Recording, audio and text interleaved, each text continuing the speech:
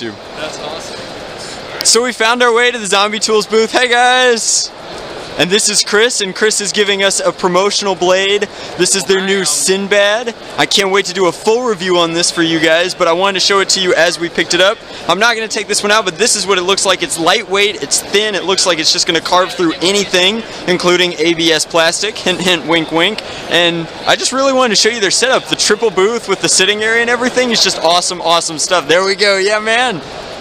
I guess we'll keep filming the show. Aiden has some other stuff that he wants to look at, but this was a very exciting part of why we're here, and I can't wait to do the full review for you later. Hey guys, it's Drek, and we are at the SCNC War number 10, but I wanted to take an opportunity to talk to you about something that I think is really cool. This is my brand new sword. I've never really owned a sword before, so I'm going to take it off of my belt now. It's just hooked on to a little tactical clip here, and then it comes off, and we can take a really good look at it. No! I'll let Aiden fix that while I talk about the sword itself. So I brought the Chainmail Man with me on account of him being an expert in weaponry like this, but this is the Zombie Tools Sinbad. Now, this is a very new sword from Zombie Tools, and I'm very, very excited to be, I think, the first person to review it, which is always very, very special. So, what is it? It is a very fine piece of 5160 spring steel, acid etched and then oiled in a perfect, there we go.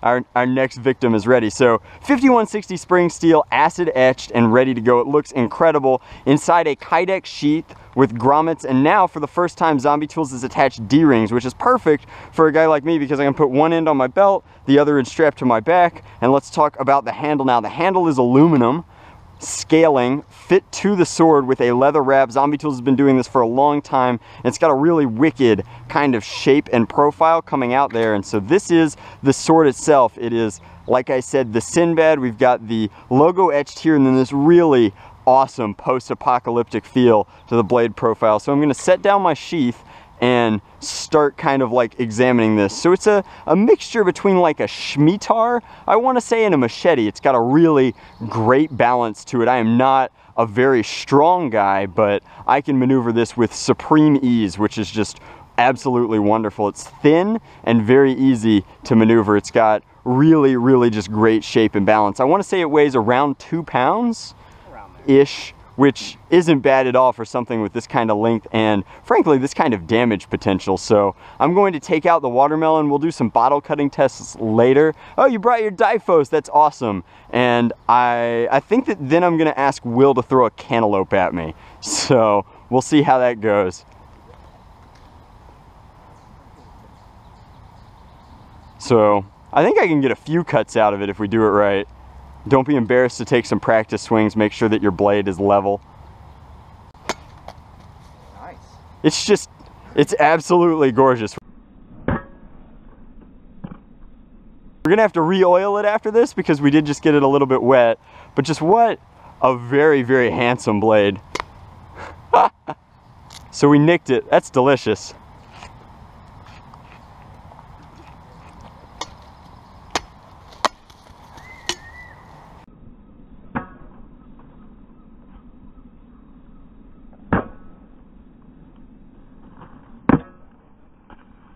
And no damage whatsoever taking out the stump. Shows you just how little experience I have, but we did in fact impale it on some wood, which threw me just a little bit. Let's grab one of the cantaloupes and see if we can take one of those out in air, and then we'll take a look at Aiden's Difos real quick.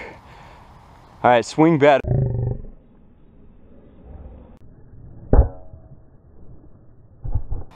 There you go, right. Woo! Just awesome. This is frankly just an absolute ton of fun. If you've never gotten the chance to real life Fruit Ninja with a Zombie Tool, I am afraid that you are missing out, friends. Just, it's so smooth and easy to swing. We've drawn quite the crowd, it appears. So that's the Sinbad. It's brand new from Zombie Tools. I'll be sure to put a link to their web store in the description box below. They have a lead time because the demand is huge for these weapons. But as long as you've got it with you, let's take a look at your Difos as well. A much heavier, equally as handsome blade, and really gives you a feel for how not only the acid etching is progressing very nicely as they get better and better at what they do, but also just how their style kind of matches. Everything that they do has this real post-apocalyptic, like built for battle wear and tear to it. And it means that they're not, while they'd make a fine showpiece, they're really meant to be played with and enjoyed. I can't wait to do more videos on various zombie tools. I think that they are just an absolute ton of fun, and destroying all of these gourds, and I guess they're not gourds, they're fruits, but we'll be sure to get some gourds in here eventually. As always, guys, thanks for watching.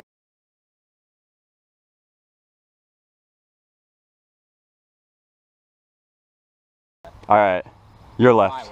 Got it. Aiden's a southpaw, which we have more southpaws than regular people. Gosh, all three of them are left-handed. I'm the weirdo here, and I'm just gonna chuck it underhand. Woo! It's just really, really cool. You ready? Alright, do not throw this sword at me.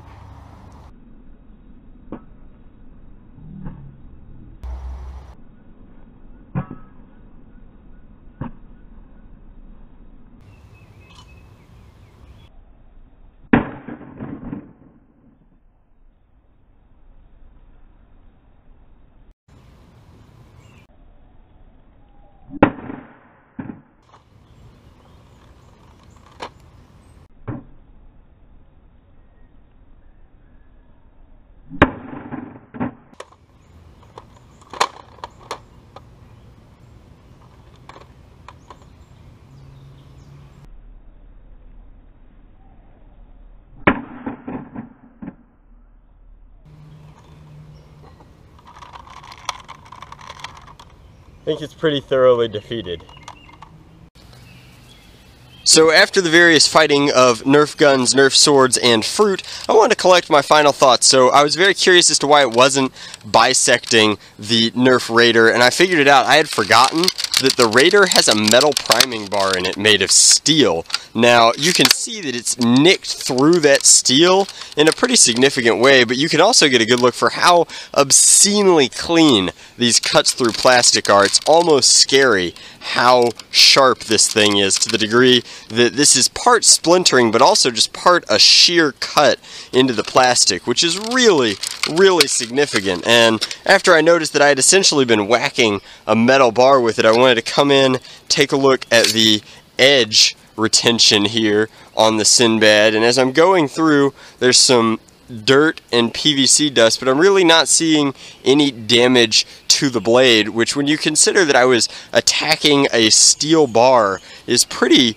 ridiculous. There might be a slight amount of roll right there, but it's nothing to speak of. Just an overall very, very handsome blade, great looking, and definitely fun to play with. It's one of those things where you could go out and get like a Mall Ninja sword or a $20 katana, but you were going to have so much more fun with something that was made with doing battle in mind. This was definitely handcrafted to destroy some stuff.